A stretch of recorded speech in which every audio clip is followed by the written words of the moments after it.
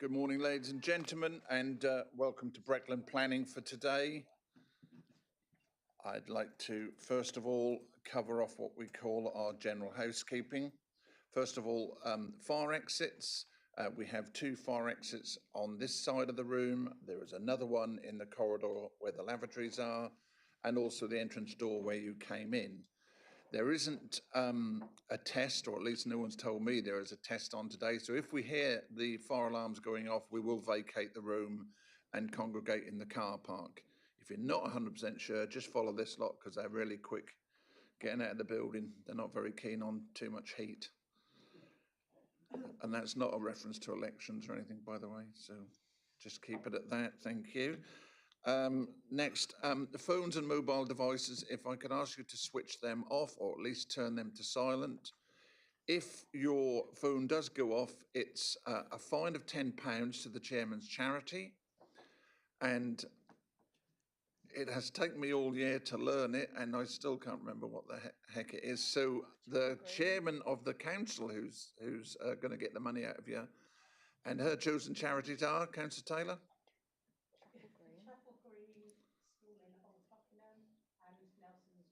And Nelson's Journey. Terrific. I probably won't have to worry about that at the next meeting.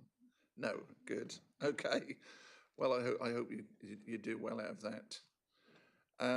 Our next item, a procedure. As each item is called, I have a list of people who have registered to speak and have you come and sit on the right-hand side. The officer will give the presentation. I will give you your allocated times for you to speak. When your time is up, you'll hear that noise. It doesn't mean your room is ready. It means, would you please finish off what you're saying? It doesn't mean stop dead in the middle of a sentence. It equally doesn't mean carry on for the next 15 minutes, because I have a wonderful power, which is called switching the mic off, which is a wonderful thing about being a chairman. You have a little button on this main column, so I can shut anyone up, especially this lot. Okay. Next is my introductions of my team here today. On my far left-hand side, we have Simon Wood, who is the head honcho. He's got a big title, officer of this, that, and the other, director of planning and building control. There we go. On my left-hand side, close by, is solicitor Mike Horn. On my right-hand side, my right-hand woman is Rebecca Collins, who makes sure I behave myself. We also have one of my principal officers, Chris Hobson, and also one of my other planning officers, Ed Small. At the back of the room, the steward who saw you, or my usher who saw you in today, is Chris Fitzgerald. And in front of me is Julie Britton, who will be taking the minutes. And again, another one who makes sure that I behave myself. They have quite a job on, I think. Need two of us. It needs two of you to control me. Okay, we go on now then to our agenda for today. Our first item, item 1, is the minutes, and it's to confirm the minutes of the meeting held on the 24th of March, 2026. You've all read the minutes, so can I have your hearsay that I can sign them off, please? Yeah. Thank you. So if we just do that, that is the signature, it's not a scribble. Thank you. That's that bit out of the way. Apologies and substitutes, please, Julie. Thank you, Chairman. We have apologies from the Vice Chairman, Councillor Peter Wilkinson, Councillor Attewell and Councillor Bowes. And as substitutes in attendance are Councillor Peter Bate and Councillor Linda King. Terrific. Thank you, councillors, for standing in. We do appreciate it. Item 3, declarations of interest and representations received. We will take them as each item is raised. Item 4, chairman's announcements. Yes, I have. Site visit to Banham Zoo, which I know you're all looking forward to. We have called it off, simply because everything's been lined up now and the application is coming forward to be delegated. It wasn't a super major one, it was just one that we probably felt that we could have gone and had a look at and had an ice cream, but we're not. So any monkeying around, that's another political lean there. So that's off. Thank you very much for those who did show interest. Also, funds we need are for Rebecca's walk. We need to pay enough money from you if you could, so that we can send her as far away as possible and maybe raise enough funds for her to walk back as well.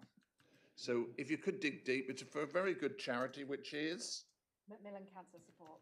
There we go, Macmillan Cancer Support. Councillor Taylor? The 9th of May. Yeah, 9th of May. It's 3 days after a big event in the area. Good, okay. I think I've covered that off. Just to bring you up to date as well, it's 248 sleeps to Santa coming down your chimney. I have to do it, otherwise members get very confused and think it might happen next week, and it's not going to. Okay, so moving swiftly on, surrounded by paper. Item 5, do I have requests to defer applications, please? None to be deferred.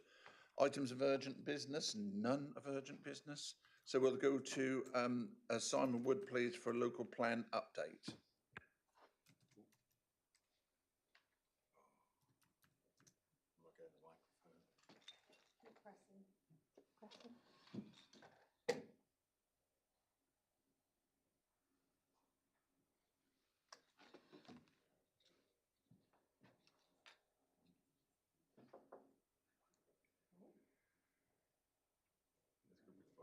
None of them are working, by the way.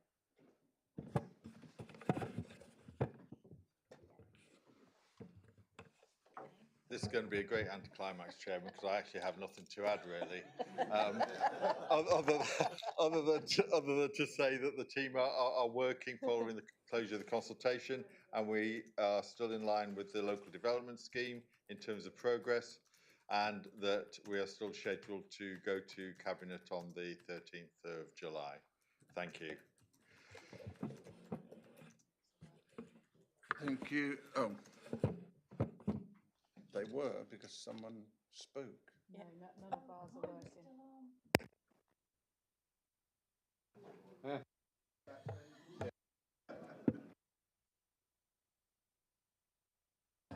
Okay, Julie. Julie, if you don't, just go and stand in the corner and count to 300 as a penance for what you've done. Okay. Okay, we move to deferred applications. Move to the local list. Sorry? 7A. Oh, I thought we were doing it in, sorry. Local list of additional validation requirements, 7A. Are you doing that one, Simon? Me. No, Rebecca's doing that. I'm glad I know what's going on. Rebecca.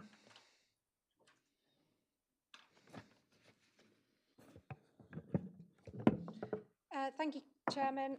So members, you may or may not be aware that we have what we call an adopted local list. And I'll explain what that is in a moment. And we have to review that local list a minimum of every 2 years. So for those of you that reviewed it the first time round, it's quickly come round again, and you'll know a bit about it. Sorry about the words on this, but basically, what is a local list? It's the information that we need to validate a planning application. So our national regulations require us to have a minimum amount of information to register a planning application. That includes the application forms, the fees, the ownership certificates, and location plans, and to scale block plans of the development when it's relevant. What paragraph 45 of the NPPF allows us to do is to add additional requirements to those minimum national requirements. But in order to do that, we have to publish what we call a local list. We have to consult on that local list. We have to adopt it, and we have to review it a minimum of every 2 years. So the local list is just to clarify what information is usually required for applications of a particular type, scale, or location, and it must be kept up to date and available on our website. And the information, that additional information that we request over and above the national requirements, must be reasonable, having regard to the nature and scale of the proposed development, and it must be about a matter which is reasonable to think will be a material consideration in the determination of the planning application. So members, for those of you that are already aware, we have a local list which is published on our website, which is set out in a tabular form that lists all the planning application types down one side of, down the left-hand side, and then across the top, all the potential documents, additional documents that would be required to be submitted with a planning application. So for example, on a full development, we would usually ask for an ecology survey. So that would be a good example of that. On a listed building, we would normally ask for a structural survey. Things like that, members. So what we've done is we've had a local list adopted with us for the last 2 years. That was, we had a local list historically, for those of you that have been around a little while. We moved away from that for a short period, but 2 years ago we decided it was important to have a local list because it gave applicants certainty of the information that they needed to submit with their application. It actually speeds up the application determination process. We have fewer extensions of time, and that gives more certainty to members of the public that applications will be determined in a speedy fashion, as is the aim of the MPPF. So members, you've got the report as part of your information pack for today. So what the council has done is we've consulted on the revised local list from the 16th of March to the 6th of April. The consultation took the form of publication on our website. We sent letters to all town and parish councils, statutory consultees and our local agents. And those responses have been received and they've been tabulated, and all the consultation responses received have been listed in the report, which is attached, listed in the table which is attached to your report. And then us as officers have been through all those comments that have made. We've responded to those comments and put the responses in the table that's attached to the committee report, along with any recommendations to amend the local list. And then we've amended the local list and prepared what the local list would look like and also attached it to that committee report. So you've got a report explaining what the local list is, you've got a table with all the consultation responses, and at the end, the responses from officers of what we've done to the local list, and then you've got a final version of the local list, which we're asking you to adopt today. And this is just an example of that table. So you'll see on the left-hand side, you'll see who's made the comments. This is not the full list. In the mid, please don't try and read it, it's very small. In the middle, what they've said. In the end, what we think about what they've said. And on the far column, any changes we've made to the local list in response to that. So that's what you've got for your information. And then members, what we're asking you today is noting the importance of the local list in terms of speeding up applications, giving applicants the certainty of the information they need to submit to make an application valid, as well as the certainty of that information that would be requested by officers anyway. We are requesting that you vote today to adopt the local list for a period of 2 more years. That's poor English, apologies, but for 2 more years. And like I say, the reason is to speed up the planning application process, give applicants more certainty about costs and the type of information required when making a planning application, and to avoid unnecessary reasons for refusal on the basis of insufficient information. So, Chairman, we would like a vote on whether members would allow us to adopt the local list for 2 more years. Thank you. Anyone wishing to speak? Councillor Bambridge.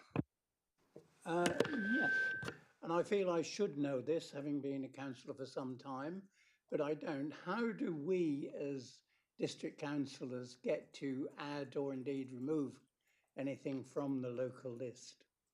Is there a procedure for doing that? So we review the local list every 2 years.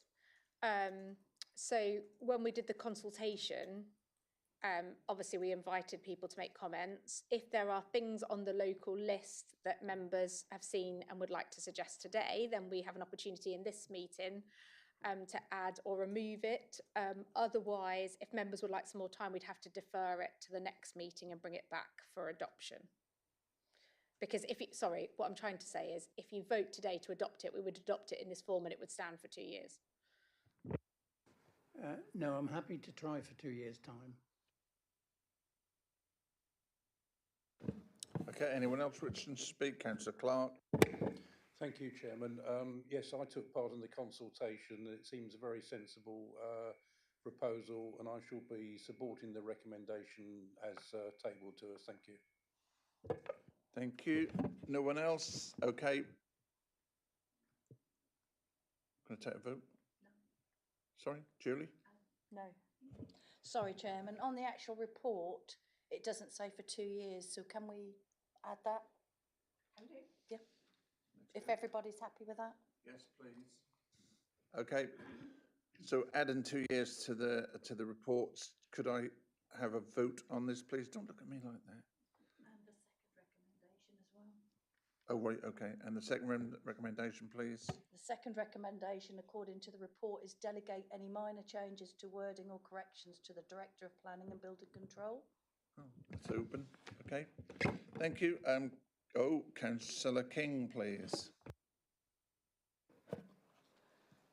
I'm just asking what the usual procedure is if you review something every 2 years. If you state that this is for 2 years only, and we don't get the next lot out in time, will there be a hiatus where these do not apply? From that point of view, I wonder whether it should not say for 2 years only.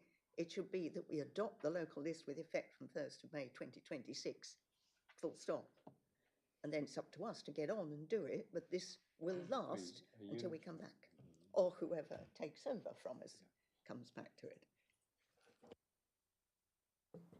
Yes, please.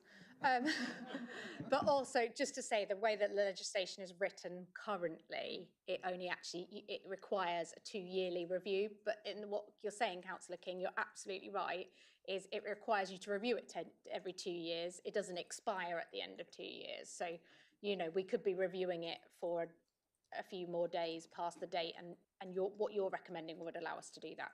So I'm saying yes, please. So there we go. It feels like we've been covered off some of the pitfalls. So could I have a show of hands that we approve this this item, please? Thank you. That's unanimous. Thank you. Okay. Now moving swiftly on to deferred applications. We've got Dereham. We've got land at Greenfields Road in its PL 2025-0414 and also PL 2025-0448 in the form of a variation. I've got speakers. I've got Tony Needham, who is the Clerk of Dereham Town Council, and Councillor Alison Webb, please, if you'd like to come and take your seats. What have I put up there?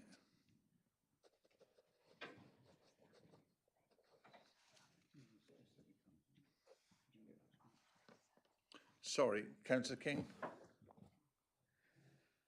I'm going to declare an interest, though not, I think, a pecuniary one, in that I'm a resident of Greenfields Road and live reasonably close to, not right next to this application site. So I think in the interests at least of perception of fairness, I will take no part in this discussion and not vote on it. Thank you. Okay. Are you happy with that, or would you like Councillor King to leave the room?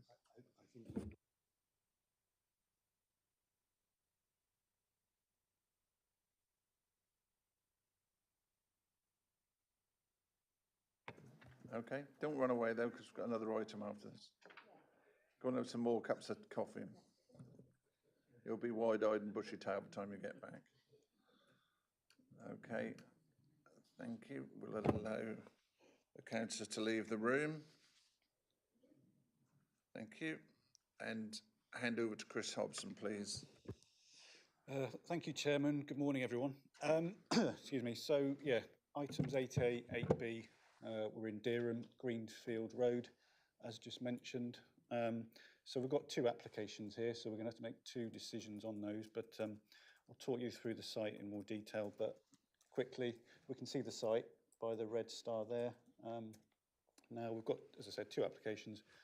There's a long history again. I'll talk you through that, running back to 2016 and an outline application that was submitted.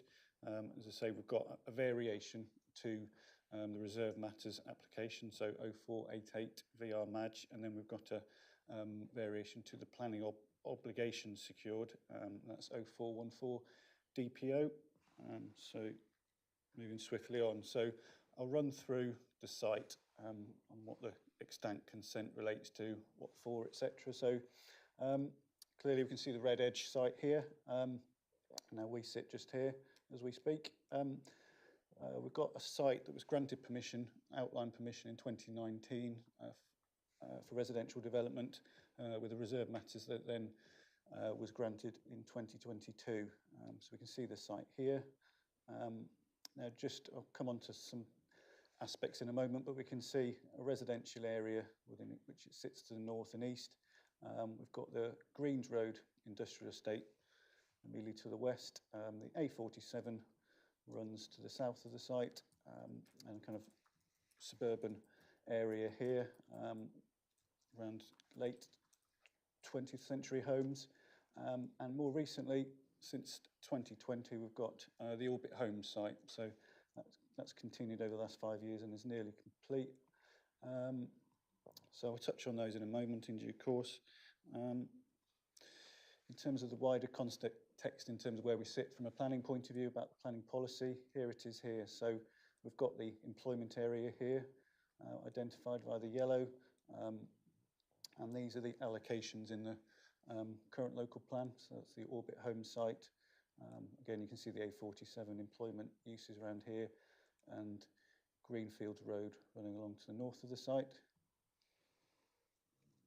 And there's that location plan in more detail. So approval was for site access off Greenfield Road just here, which has been provided as part of making a material start to the development. And we can see in more detail relationship to the industrial estate. There's a bund running along here. You can make out where those lines, and Hall Lane here, and the A47 with residential properties immediately to the east.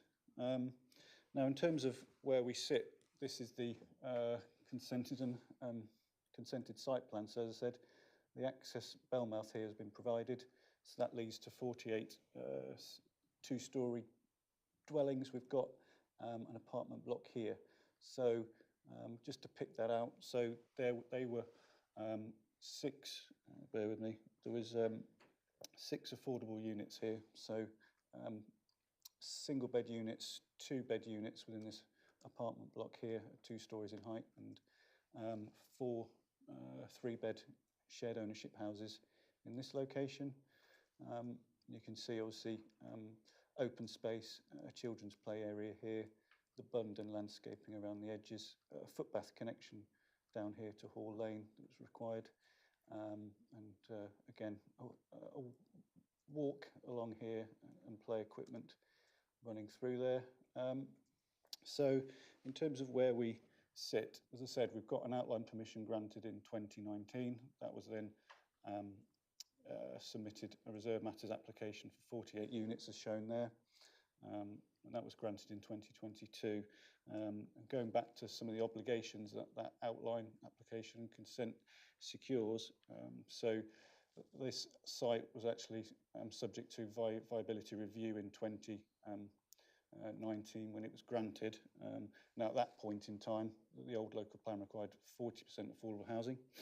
Now, subject to following the viability review at that point, that obligation was required at 20% affordable housing on site with a 20% contribution off site. Also, education contributions were secured, and also library contributions, and they totaled about £240,000. Now, in terms of, I'll just talk you through some of those affordable houses in more detail. So those were those 3-bed semi-detached shared ownership dwellings. Now move on to the apartments, and those are those apartments there. So in terms of what is proposed, that layout, I'll just go back to, would remain as proposed and as permitted. What would happen is those units would no longer be affordable. In terms of other changes, there's no other physical changes to the site plan. It's those removal of the planning obligations as well, in terms of education and library contributions. And then I've mentioned the site had commenced via the access, and there's the photos, there's the site there is on the left. So I'll just say, run through some of the history. I've talked through some of the outline and reserve matters, the obligations there. I say that what happened subsequently to consent and reserve matters being granted is that the local plan policy requirements of the current local plan came into force, and the deed of variation was granted to align affordable housing obligations in line with the policy requirements as we sit today. So on the basis of the viability challenge evidenced in 2019 with essentially with a 20% remaining provision on sites, that's those 10 units we just talked through, and a 5% off-site contribution. As I said, then April 2023, they subsequently commenced on site, so the permission remains extant, and in effect they could continue with that extant consent at any point. Then obviously we sit today in 2025 with the two applications before us and to be considered for those two applications that are looking at varying the site plan and scheme to remove those affordable units I've just touched on, and an accompanying application under Section 106A to as a mechanism to deal with the variation to the Section 106 agreement. So remove those obligations that, or amend those obligations that secure libraries and education contributions and affordable housing.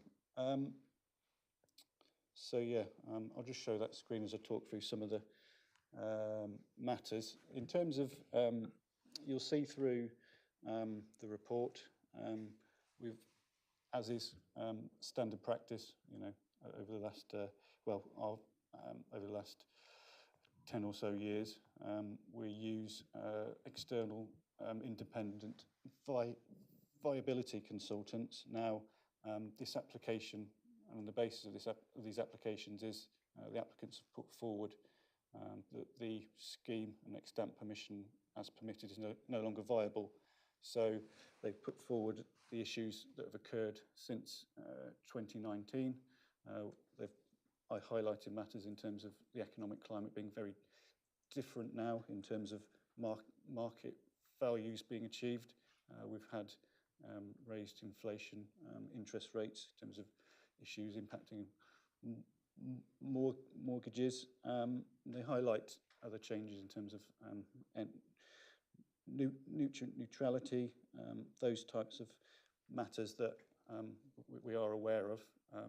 Now, obviously, we don't just accept the submissions made. As I said, we have an independent consultant, CP Viability, that have reviewed the viability reports and appraisals. And part of that appraisal, that they do an appraisal, their own appraisal themselves, and they'll use assumptions that they consider appropriate. So they'll review what is submitted by an applicant, but they'll use their own assumptions based on their expertise, knowledge, guidance, and the established tests in National Planning Policy guidance and the RICS guidance on viability. So you'll see through the report, we've, over the past year, we've challenged the applicants in terms of their submission and the assumptions used. We remain in disagreement with some of those, so we don't agree with some of the costs they've put forward. As you'll see in the report, for instance, costs towards professional fees, contingencies. So there's those elements, as just some of them, that impact viability. Those are set out in paragraphs 2.10 to 2.14. So as part of the assumptions, CP Viability's own appraisal, they'll review that, they'll test and do a sensitivity analysis in terms of other assumptions. So is the existing use value appropriate? How they calculate the benchmark land value, which is what a reasonable landowner would likely accept to sell the land to enable development to come forward. So they do their own analysis within that, and as you'll see in the report, they agree with various elements. Now, their review last year identified that the development, you know, as we sit today and as permitted, would still be able to provide 10% affordable housing and the obligations required. Now, what has happened since then is that a Red Book analysis has been provided by the applicants, which carries out a more thorough assessment of the latest evidence in terms of market values. Now, as you'll see, that has led to our viability expert not necessarily agreeing with all those assumptions, as I said, but it does mean that there is now a significant reduction in values that the site could achieve. And he highlights, as I mentioned, some of the issues geographically that the site faces in terms of the A47, which sits to the south. He highlights the industrial estate to the west, which will temper and keep down the market values. And particularly that he draws upon is the evidence now available in terms of the Orbit home site, which you pointed out, which sits further along Greenfield Road now, and the values which he feels are appropriate and to his assumptions still. He doesn't fully agree with those, but having reviewed all that, he is now in agreement that where we sit today in terms of viability, the development is not viable to deliver all as previously required. So what he's saying is that any benchmark land value is actually below what a reasonable developer would accept and enable the site to come forward and sell that land for development. So, and that's in accordance with the standard practice and guidance that how assessors consider viability. So where we sit unfortunately today is that the scheme no longer is viable based on the latest evidence in front of us. Now you'll see that the applicants are proposing 30,000 contribution. You'll see in the report that our recommendation is that that be prioritised towards affordable housing, given that there is no longer any affordable housing provided on site or any off-site contribution. Now you'll see in some of the comments received that aligns with our housing colleagues at the council. Norfolk County Council obviously were consulted. Now from a principal point of view, education matters and issues and mitigation is still required. Things have moved on, so it's more towards secondary education that we need to seek mitigation. They obviously note that the viability challenges and would request that any contribution that is viable is prioritised towards the movement of the Fred Nicholson Special Needs School. You'll also see in the report now, in light of where we sit with this development and the need mitigated, we don't consider as officers that meets the SIL test in terms of that project has already been delivered, etc., and when these houses would come forward. Our recommendation, again, as I said, is towards prioritising affordable housing via this remaining contribution. Well, obviously, you'll see through the report there's a number of objections raised by Dereham Town Council in terms of the viability challenge and position and the development where we sit. So you'll see we've been through those. Now, one of them, key ones, relates to kind of the principle and where we sit with actually considering viability at this point. Should we be considering viability now? Where we sit is more than 5 years since the obligations were entered into. So the local authority has to consider an application that is submitted that goes past that prescribed period. We also sit considering a Section 73 application which seeks a material change to the consent. And as you know, we have to consider material planning considerations. Now, the NPPF and planning policy guidance highlights, and I've highlighted there, the decision really and weight to be given to viability evidences with a decision maker. So that's what, and our views is that we have to give this significant weight, given the evidence and the independent reviews and advice we've been given by our consultant. But that we do have to consider the NPPF National Planning Policy Guidance as well. So in all those matters, we have to consider. Now, in terms of where we move to from there, in terms of issues, in terms of site specifics, why is this site different to other sites, which is, a valid comment. We've got schemes in Dereham delivering planning policy compliant obligations, affordable housing, and again, I think, point out certain site specifics in terms of what our viability consultant highlights those challenges about where the site sits and what the latest market values are for a site in this location. So it's having regard to this site and the consent. Because clearly we do have to consider each application on its merits and in light of the evidence in front of us. Other issues that we take into account in viability is reasonable abnormal costs, and one aspect he highlights is that significant abnormal costs beyond what our current and previous local plan policy on viability considers as a reasonable. It's in excess of £1 million. So those types of things are taken into account. As I said, we've had the point the Town Council highlighted is our local plan requires 25% affordable housing. It's been provided elsewhere, and I said I've touched on that, and I think the matter is that we do review that, and every 5 years as part of the local plan making process, an updated viability approach is taken forward, and yeah, again, it's a consideration, but where we sit today is the specifics of this site and the viability and evidence in front of us. And you know, in terms of our emerging local plan policy, is likely to require 25% affordable housing requirement. So again, that standard approach, the level is reasonable still. In terms of again, where we sit with the emerging plan, again, we can give appropriate weight to that. It's not tested as such. It is in the early stages, so you know, we haven't gone to the next stage, Reg 19, so it hasn't been to inspector, so we can't give that any significant weight, but it does indicate that 25% level across the district is still relatively reasonable. But again, a pertinent point CP viability highlight is that Dereham sits with areas of Watton and Thetford at the lower end of viability. So again, given that wider viability, the geographics, but also those specific site-specific issues and location in terms of A47 and the Greens Road Industrial Estate, that does see temper in the CP viability's point of view, the market values, which is evidenced by the nearby site and the Orbit Home site.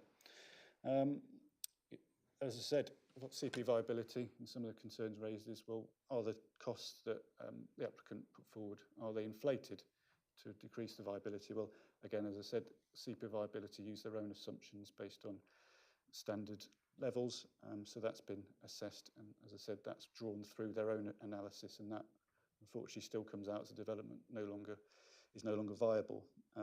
Again, land values, part of CP viability's appraisal does look at that analysis and deem what is appropriate from their point of view. And again, it's the levels used are deemed reasonable. And I think one of the final concerns, I think, from the Town Council, you know, is that, well, they're protecting the profit level.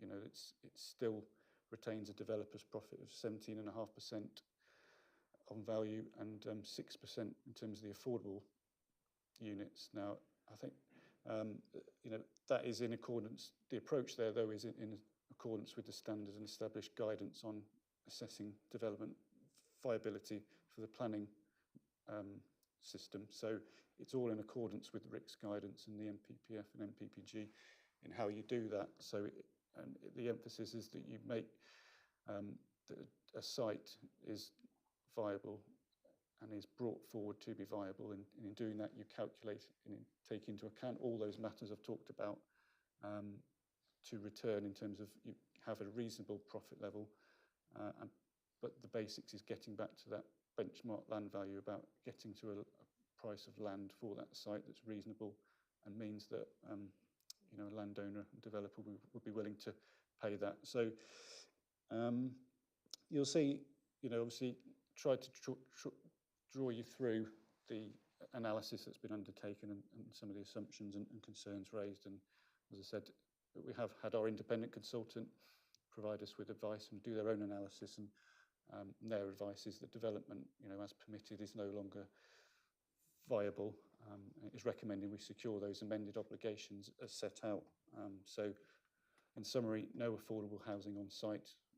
Now our recommendation is that remaining 30,000 contribution secures affordable housing off-site, and obviously with those obligations towards education and libraries being lost. Now that amendment is in line with our policies in terms of HOW 07.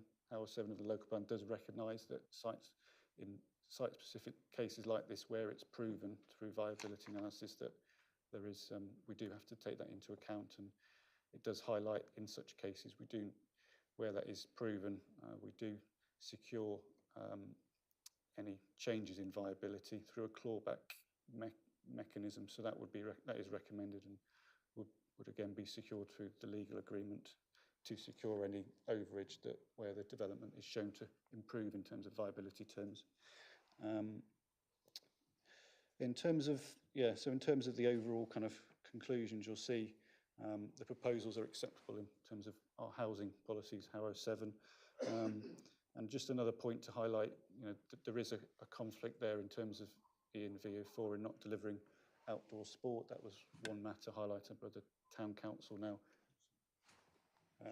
Now, as I say, in terms of where we sit there, we in terms of the outdoor sport, in terms of policy in V4, as I mentioned, it provides children's play space and outdoor space, informal space. It doesn't deliver sport. Now,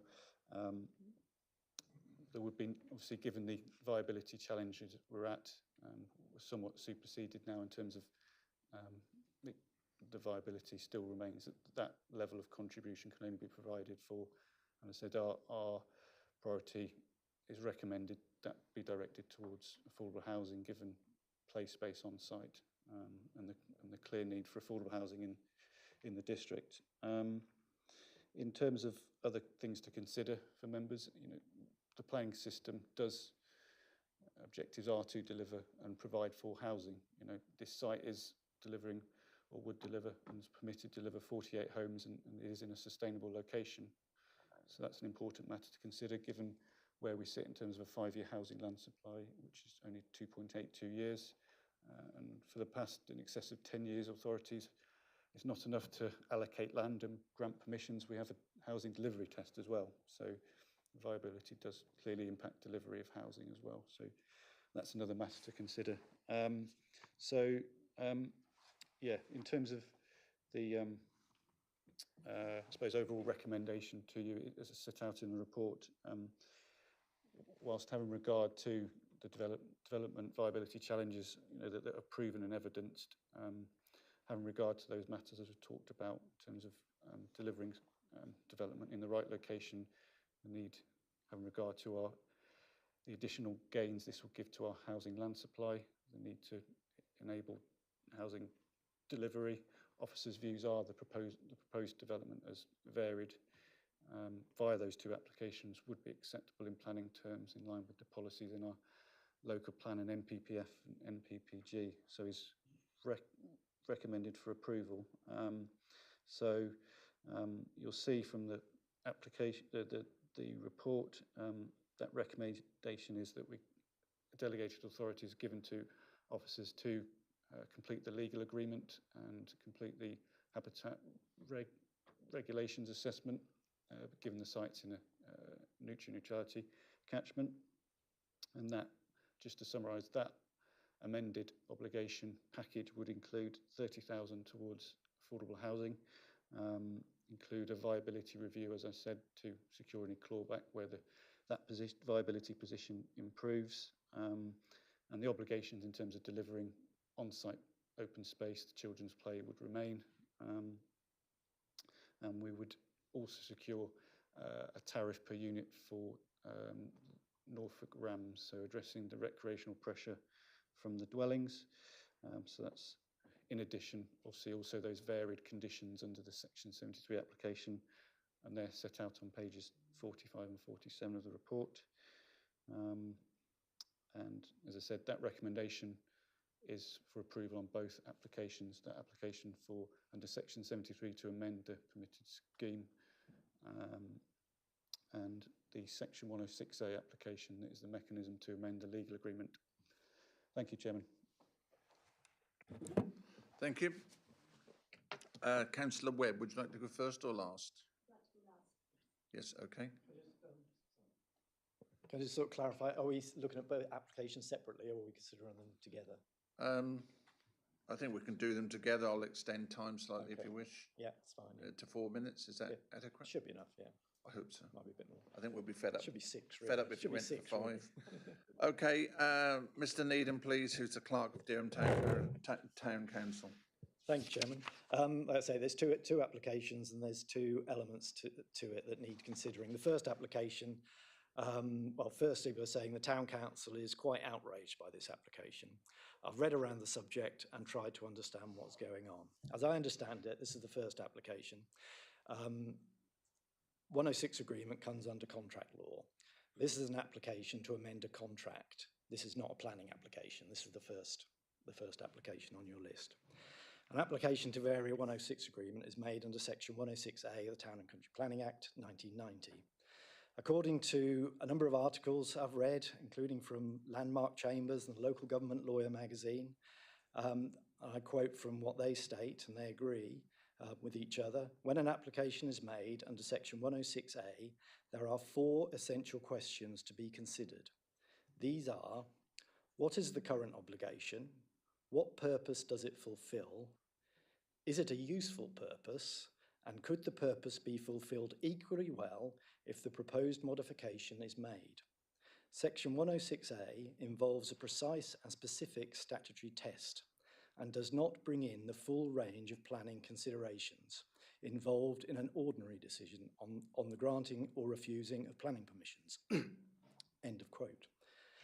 As I read this statute, the Council can only modify the 106 agreement if it considers that the modification to remove affordable housing would serve the purpose equally as well as retaining the affordable housing, i.e.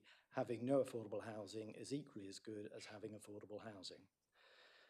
On the question of viability, how much is viability an issue? The committee must only consider information which is relevant to the questions before it. All the government guidance I have seen states very clearly, I've got it here, government guidance on viability states very clearly that viability should be assessed at the planning application stage. There is nothing in statute or guidance that I can see that requires viability to be given any significant weight when applying to amend a 106 agreement, because the application is to amend a contract. It is not a planning application. There was previously a section 106BA of the 1990 Act. This section made it obligatory that affordable housing must be removed if the development was proven to be unviable. This section was, however, repealed in 2016. As far as I can see, the Council is no longer legally obliged or possibly able to amend the 106 agreement on the grounds of viability under an application under 106A. But at the end of the day, this application is made under 106A of the Town and Country Planning Act. It is my understanding, therefore, that the committee is limited to considering the 4 essential questions. What is the current obligation? What purpose does it fulfill? Is it a useful purpose? Could the purpose be fulfilled equally well if the proposed modification is made? So is £30,000 off-site contribution equally as good as the 20% on-site affordable housing? That's the question before you.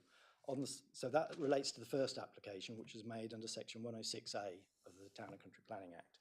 The second application, as I understand it, is made under section 73.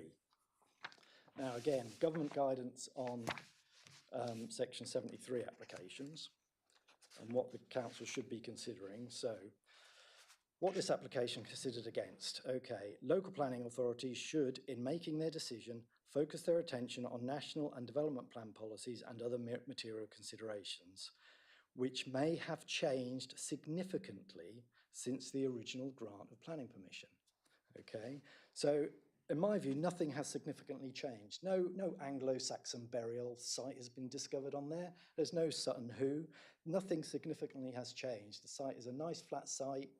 The industrial estate has always been there. The A47 has always been there. Nothing has significantly changed. And what is changed for this application is the same for all other applications. Orbit Homes are delivering affordable homes. Able Homes are delivering affordable homes. Every other developer in Durham is delivering their obligations. That's all I had to say anyway. Thank you. No, I had finished. That was it. Yeah, that was my flourish at the end.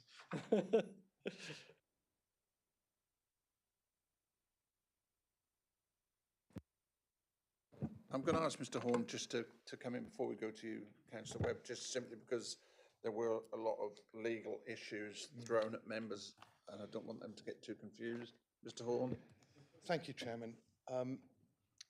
Mr Needham, you very kindly set out the nub of what you were going to say today in an email yesterday. And I had the opportunity yesterday evening, quite late, to look at particularly the Landmark Chambers article that was written and to look up some of your references. From what was written there, I understand why you have said what you have said, but I most respectfully have to say, I'm ever so sorry, but I believe you've got the wrong end of the stick. And I would put my conclusions in two ways.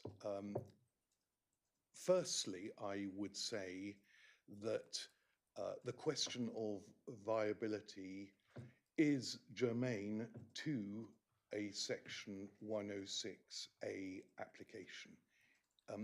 It always has been, and indeed in previous committees over the years, that is the application that has been made under Section 106A, and we have considered viability. Again, can I very respectfully and almost humbly say that even if I'm wrong on that, and that would go against everything that we have done in the past, it happens to be the case that in this particular case, we got a Section 73A application anyhow, which does absolutely clearly have to take into account viability. And when it does so, if committee is in agreement with us and grants the Section 73A application, then that will result in a Section 106 agreement. Even in the unlikely event I'm wrong in my legal analysis of what you said about Section 106A, it's covered in this particular case by the Section 73A application. I must say, I do understand why you've said what you said in reading those long articles from Landmark, but actually they don't touch the point that is relevant here. And I'm bound to say I also completely understand your frustrations generally as to this application. That's a different non-legal matter, but I do understand why you are both frustrated. But I have to say that the legal basis upon which the case officer has written his officer report is correct. Thank you. Okay, before we proceed, does anyone have any questions for Mr Horn with regards to what's just been stated? Or are you all fine that we continue? Councillor Clark and Councillor Kybird. Just a quick question for, humble question to my very learned colleague on the bench there. What's the position if a Section 106 agreement is signed and then the applicant later comes back and then wants to vary what's already been signed? That's the situation here. Yeah, that is exactly the situation that we're here to decide. Councillor Kybird. Thank you, Chairman. I think my question is, given that we will not be a planning committee in 2 years' time, just to be 100% sure that the legality of what we are approving will carry forward into a future authority. Yeah, yes, it will. If it doesn't, we've got real issues. There will be fundamental, tongue in cheek. Yes, is the answer. Councillor Banbridge. Well, I was going to say it later, but I'll say it now. When I read this application, I have to say, I found it distressing reading. I was not happy with it at all. It seems to me that our affordable housing and the other matters under Section 106. Can I just hold you there? Sorry, Councillor. It's just a question with regards to Mr. Horn. Right, then and I'll the raise legal it later. position. I don't want to wander straight in because I've still got Councillor Webb. Okay. Are you okay? I'll bring it later. Lovely, thank you. Councillor Webb, and I'm entitled to give you 4 minutes as well, please, on both subjects. Thank you. Chairman, is it okay if I read this letter from an objector in my ward? So I'll do, okay. No, I do apologise, there was a letter as well. Thank A you. bit No, extra, please. yeah. Thank you. Okay, so I'll give you your 4 minutes, but I'll allow you to read this letter. I'll read his first and then do mine. I feel better about that, if you don't mind. It's from Mr. Morton. He is a ward member and he is very concerned about this application. This is what he's saying. I wish to object to both these applications for the same reasons.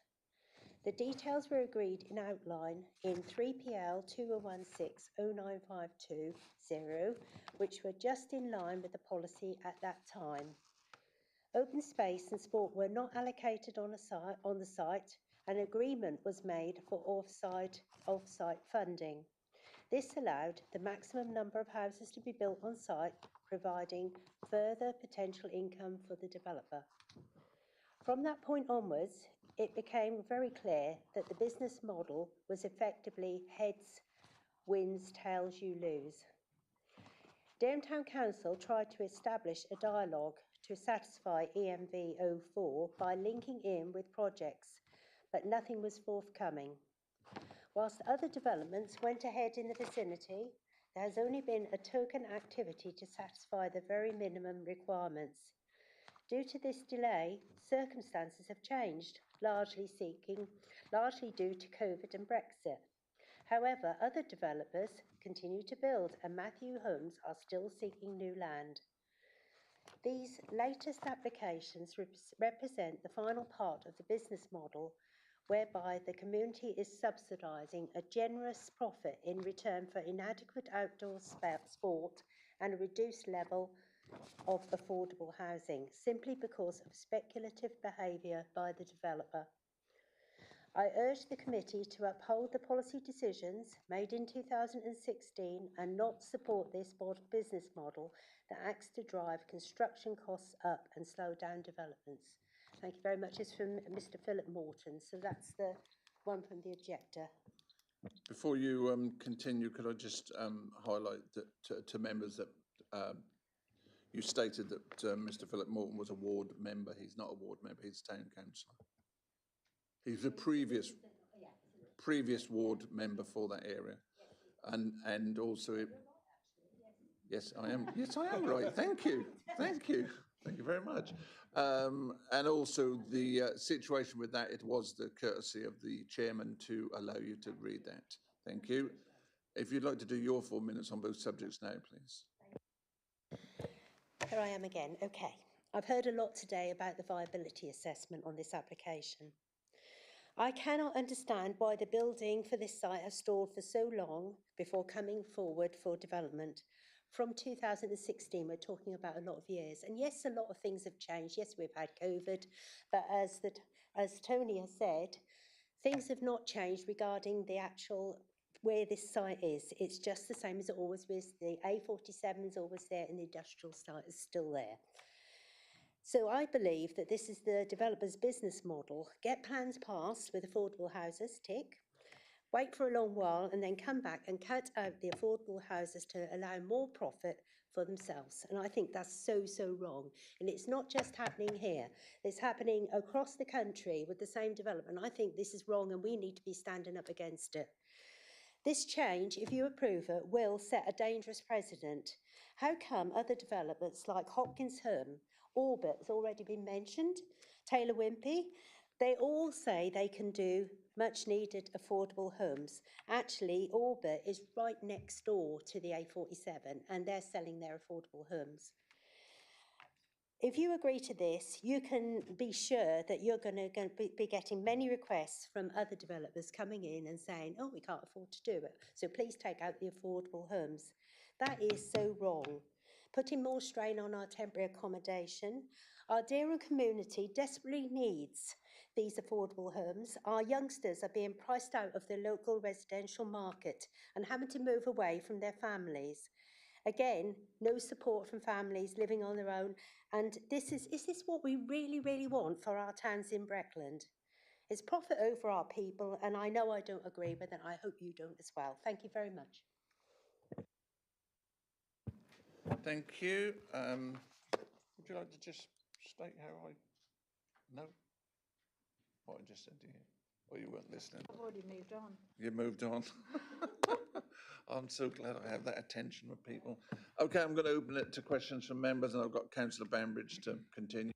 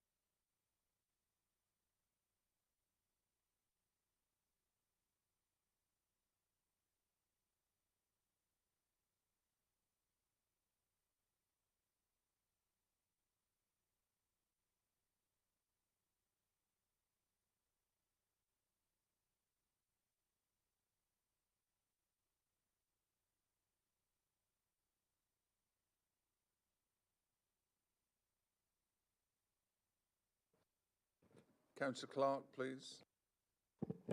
Thank you. Thank you very much, Chair. And first of all, I've got a question for our officer. We still have the 48 houses on site. Will that still include, although there won't be any affordable houses, will there still be the number originally that were going to be there for single and two beds? That's my first question. Just to confirm, the answer is yes, the mixed type are still the same.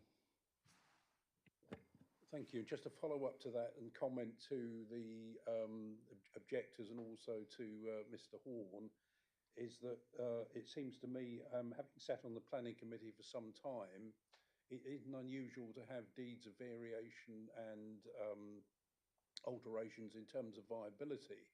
It is regrettable, and I share the frustrations of the objectors and their sentiments, because if you have a low build-out rate and circumstances change, we've already seen us go from 40% down to a much lower figure of affordable housing.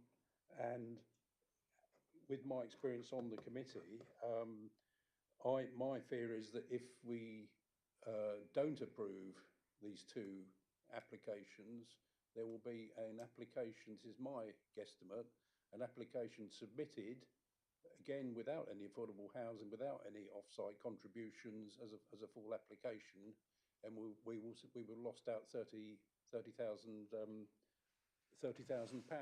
which is all we should be getting. So it's very regrettable, and I personally think that if we were to turn this down, we might well feel better, but we might well lose on appeal. Thank you. Okay, thank you. Councillor Kybird. Thank you, Chairman. There are two aspects to viability. One is the 17.5% developer profit, and the other is the land value. And without seeing the viability assessment in full, normally if a site is constrained, that should put a downward trend on the land value, and I don't know to what extent that has taken place. Yeah. Sorry, Chairman, do you want me to? No, please. Yeah, no, and that's not too dissimilar to some of the concerns that the town council made, because yeah, this is one of the things that we face. And that's the importance of having our external independent consultant review those, because I've touched on some of the things they consider, i.e., which is land value, and the town council highlighted actually how they calculated an existing use value. So they need that.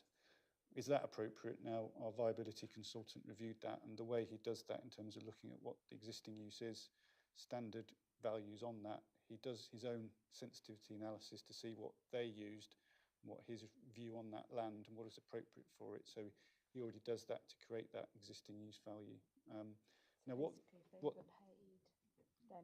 then he would, yeah. So if they did overpay, he would take that into account and say, well, no, look, your existing use value or your bench, what you need to be securing in terms of a price on that land is actually lower. You shouldn't be seeking to secure, for instance, 650,000. That's where this site's at. You shouldn't be securing that. You should still be seeking 600. So they work that through in the different assumptions in their appraisal. So, in terms of looking at that benchmark, they use existing value to collate.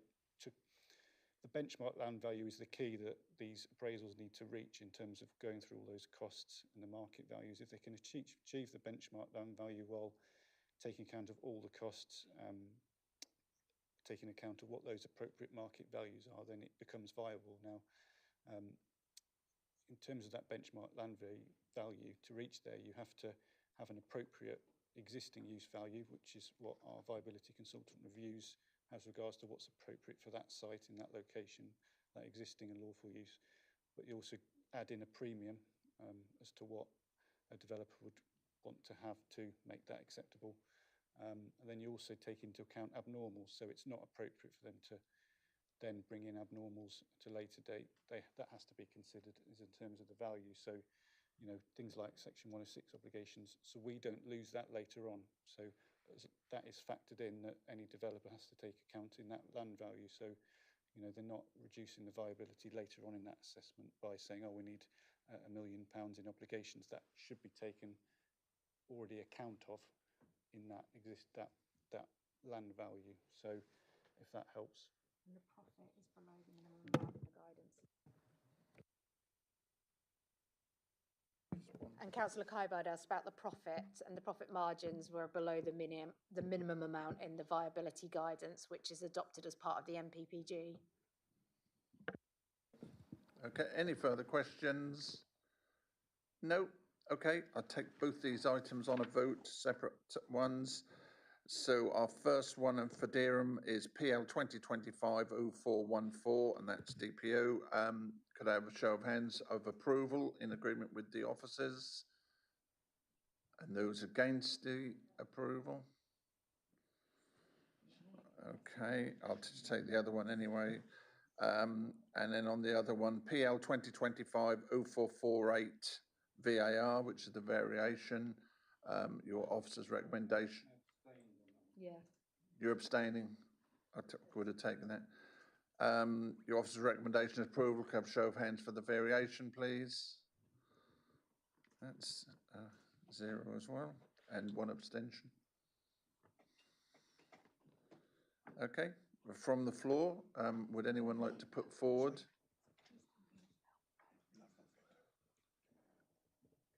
a request from the floor? Well, Councillor Bambridge? I don't quite know how to word it, but as I suggested at the end of my spiel, I think the applicant should come back with a viable application. I'm sorry, councillor, you can only determine the application in front of you, not what an application you want it to be. So you're going to need to come up with a reason based on policy why that this development is unacceptable.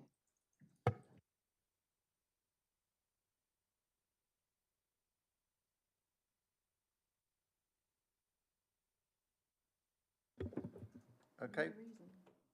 Reasons from the floor. I need them why you believe that the officer's recommendation should have been one of refusal, and your reasons why that is.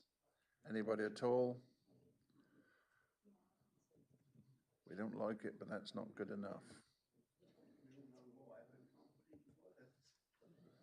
Yeah, failure to achieve the policy target for the affordable housing, which currently is 20%. Did you say House 7 said that you have to consider viability though? So House 7 says that you have to consider viability in that policy. So Mr. Horn? it is non-compliance with House 7. Yeah, but let you Mr. have to Horn see if he consider can viability. wrap this up. Yeah, I regret to say we have to consider viability. Yes, that is your starting point, the 20%, but we have to consider viability. All I can say is, well, no, I can't really help. I can't really suggest a ground that really would be defendable. But if that's what you wish to put forward, then if that is voted by your fellow members, I dare say there will be an appeal, and I am pretty certain that we would lose that appeal with costs awarded against us. But that is your prerogative. It is your prerogative. Should not viability be the responsibility of the applicant? Yes, it is, and they proved to us that it is not viable at 20%. Indeed, they proved to us that that the only way it is viable, and I think what you've said is even after the variations proposed, they're still not getting their 17.5% profit. So you know, it is not viable at the Section 106 agreement levels, i.e. this, when I say that, the signed, sealed and delivered Section 106 levels. But, you know, if that is your reason, then so be it. I am here to advise you that that is not a reason that can be defended in our opinion.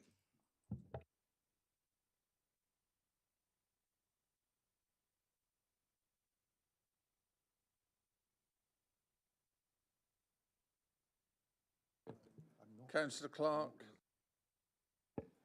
Just a suggestion, Chairman, which officers or our solicitor may advise on.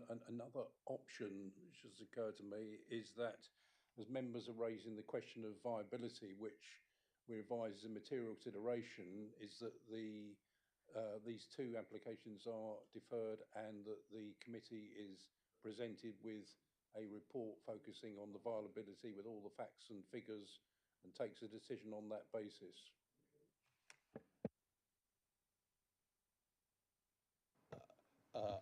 If you are saying, Councillor, that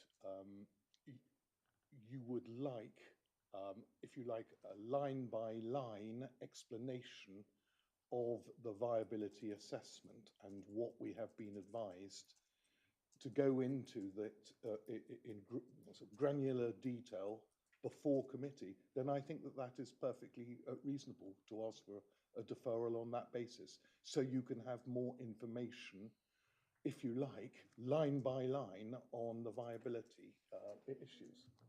That is your prerogative. You know, we are saying that we have, as officers, considered what our expert has got to say.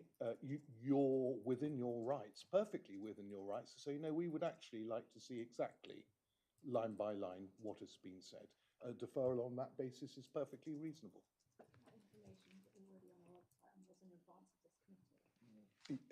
Yes, it was all there. But if you wish to consider it again, it's reasonable. So I think, do we wish to actually vote on a deferral for reconsideration of? Okay, this isn't a very pleasant one, and I know how we've achieved this. But in light of the fact that we are going nowhere, we've driven up a one-way street and it's turned out to be a cul-de-sac which can't turn round. So what we're going to do, if you want to have a deferment, we've got to get a crane in and lift you out of that street. But you will still have to drive. So you're deferring this for the next meeting to give you more time to read the information that you had available to you originally. I could suspend the meeting, take the other item and call you all back this afternoon, but I don't want to do that because this room is probably let out to someone completely different. So, Councillor Kyburd, unless you've got a magic word, I'm going to ask to you to vote on a deferment. I would say we're mind alike. Okay, so an option's been put forward that we defer this, and yeah, so thank you. So we've had that put forward by Councillor Kyburd. I need a seconder. Councillor Clark. So could I have a show of hands on deferring this item, please?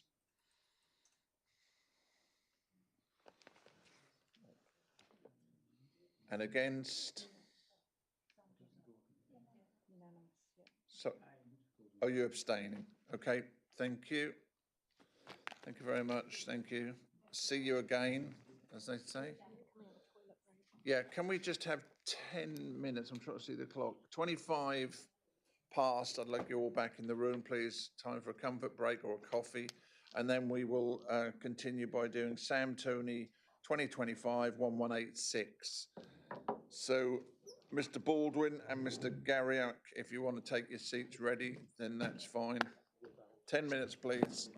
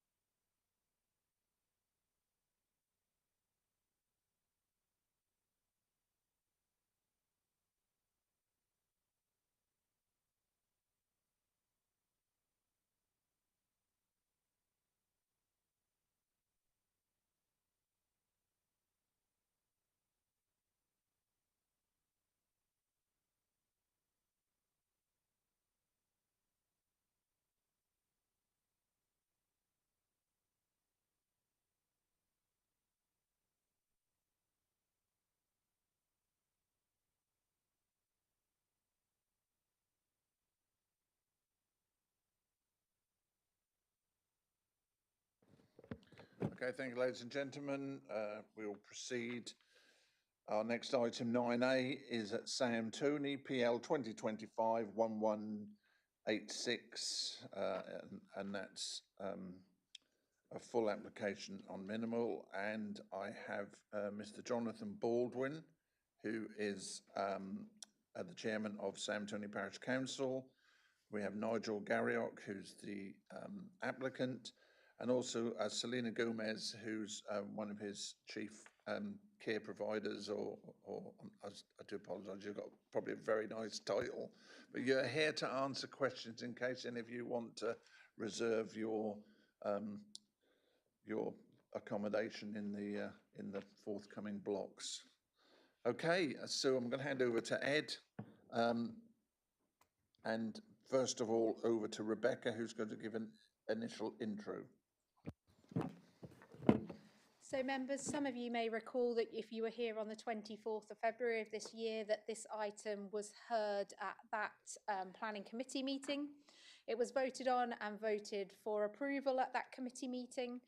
Subsequently, after the meeting, we had a letter from the Sam Tooney Parish Council, which set out that they raised concerns that the existing dwellings on the neighbouring site, and there will be a plan to show that in Ed's presentation, were used as residential dwellings, so C3A dwellings, and weren't being used for the care of dwellings. The applicant subsequently submitted some information to demonstrate that they were in use in that C3B use.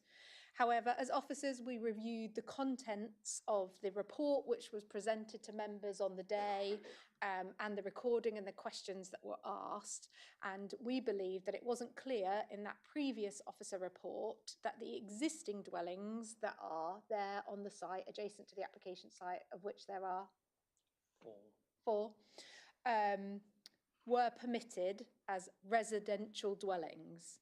So they were not conditioned as C2 or C3B care, which means at any point, regardless of what they're being used for at the minute, which doesn't need planning permission, by the way, you don't need planning permission to switch from C3A to C3B. So regardless of what they're being used for before, at any time, those dwellings could be used as open market dwellings. And when we reviewed our officer report that you read in advance of the committee and was presented to members on the day, it wasn't clear in that report that that was the case. It was mentioned in the history section, but it wasn't clear in that report. So officers reread that report, we've reproduced the report, and we've taken out any reference to it being an extension of a care provision, because the existing dwellings themselves could be used as residential dwellings at any time. And we've redone the planning balancing exercise, assessing the development. So we're putting no weight on this being an extension of an existing care facility, because they could be operated as residential dwellings at any time. We're putting no weight, nothing's changed in terms of sustainability, so there is no weight. The application is contrary to our adopted planning policies due to the unsustainable location of the development. However, we're putting significant weight on the district-wide shortage for the need for care. And this application, in its application description, is C3B, which is specifically for care, and conditions will be applied to ensure that it was only used for care. So that prevents it switching between the two uses, what the existing residential development can do.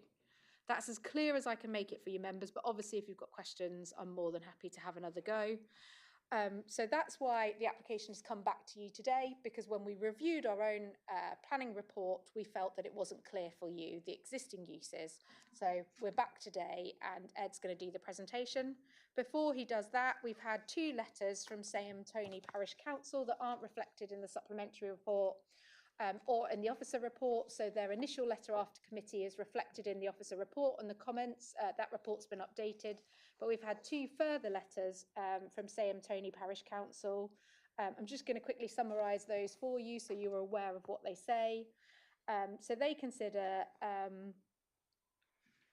that the local planning authority has recommended planning approval contrary to the advice of the Parish Council and the Highways Authority. that the parish council is not opposed to assisted living provision in principle. However, such developments must be appropriately located and delivered by suitable providers. We note that Enable Healthcare Solutions appears to be operating primarily from its Hertfordshire office, and if care provision is to be delivered from outside the immediate locality, we question the practicality and sustainability of such an arrangement, particularly in the context of current fuel costs and environmental considerations. They furthermore raise concern about the personal details of the people that are currently receiving care under Enable Health being displayed in the public domain and on the public website. And they said this raises significant concerns regarding data protection, compliance, and it does not inspire confidence in the governance of a proposed assisted living facility. They also note that Enable Healthcare Solutions weekly living care fees range from £1,400 per week when considered alongside previously advertised rented values of this 4 to 5 properties, the existing 4 to 5 properties at approximately £3,000 a month. And on this basis, they say it's difficult to reconcile these costs with earlier statements that residents would not need to sell their homes to access such provision. In reality, individuals could instead receive the care for an Enable Healthcare within their existing homes, calling into question both the viability and accessibility of this proposal. The letter then goes on to highlight the local plan Reg 18 consultation statutory consultation response.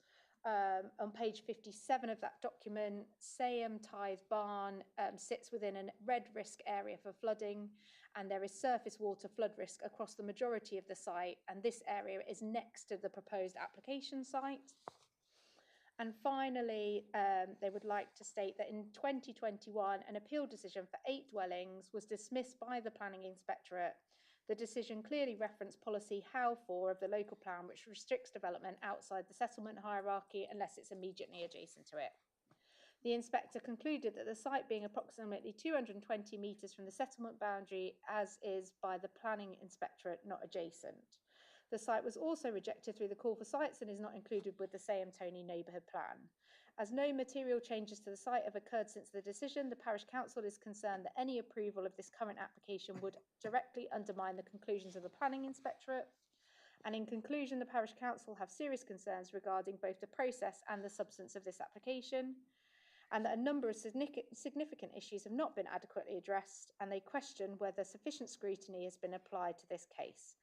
And they respectfully request that these concerns are fully considered. And then finally, a second letter on yesterday, just saying that there's no evidence been provided to support the density of the scheme at 40 dwellings per hectare is in keeping with the urban grain of the surrounding development.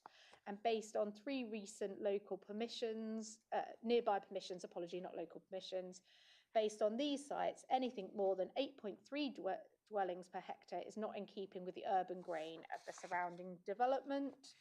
Obviously, members, we responded to both of those letters directly to the parish council, and they did wish for those to be summarised here today, so that's exactly what we've done. And with regards to the queries in those letters, it is not for the purpose of the planning committee to question the healthcare provider. Indeed, Enable Healthcare are here today to answer questions, but in effect, the application is conditioned as C3B care units, and therefore, regardless of who the care operator is, they would need to be operated as care. If not, a further planning application would be required. So the operator, its contents, its makeup, its charges, I think the applicant has sought to bring them here today to demonstrate that they have that on board and that is their intention to deliver. But in terms of your material planning considerations, it will be secured as such. So you're not considering the care provider providing the care, you're considering the use of those individual units. The mention of the data protection breach was based on information provided by the applicant in support of their submission, and we're dealing with that through the relevant regulations. That's not a matter for planning to consider as part of this committee. There is a district-wide need for care across all provisions for care across the district. With regards to the local plan Reg 18 Stage 1 flood risk assessment, this is the evidence base for the emerging local plan, and the latter holds no weight in the decision-making process at this time. And a further Stage 2 flood risk assessment is required to inform the local plan before we would use that as an evidence base for considering flood risk in terms of planning applications. And the evidence base, the correct evidence base for assessing flood risk is the Environment Agency flood risk maps, which are available to view on the government website.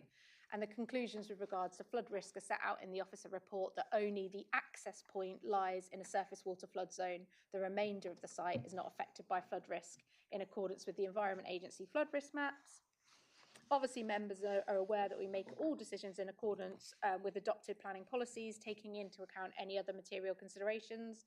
And in Ed's presentation that he will prevent, obviously, we are clear in the officer report that this application is contrary to policy HOW 4 of the local plan. That is set out in the officer report. However, this is a C3B for care, so considered against policy HOW 9. Thank you, Ed. Of the local plan, not HOW 4, which is solely for the delivery of housing. And then finally, with regards to densities, members will be fully aware that our housing policies don't at this time include densities, minimum or maximum densities for delivering development. And the way that we consider development is based on design, the urban design, how we create places and spaces and movability between those spaces, and how we create appropriate amenity space and provision for car parking and accessibility. That is all set out, members, in your adopted design guide, which is by which the application has been assessed. And your officer report goes into some detail about the character of the area. You will note from the officer report that actually the number of dwellings has been significantly reduced on this site, so that it allows for large areas of amenity space, more separation between the dwellings, and actually the design is considered appropriate in this context when taking into consider the Breckland design guide. Thank you, members. Apologies, that was a bit of a long introduction. Thank you. Over to you then, Ed. Oh, sorry, Councillor Banbury. Just a query. I believe I did sit on this committee in February, and I thought that we had approved this as a care facility. That it wasn't specifically graded as such is something I didn't understand. So can I be clear, we did consider it as a care facility in February? Thank you. I'm apologising if I've confused anyone, but there are four existing. There are 4 existing dwellings on the site. This proposal is to extend. No, there are 4 existing dwellings on the site which have planning permission as dwellings. And that we weren't clear at the last committee. The proposal in front of you is for 7 care units, in addition to the 4 that are there. But we weren't clear at the last committee with you members that the 4 existing are approved as dwellings. We talked a lot about this being an extension to an existing care facility. Does that help? Oh.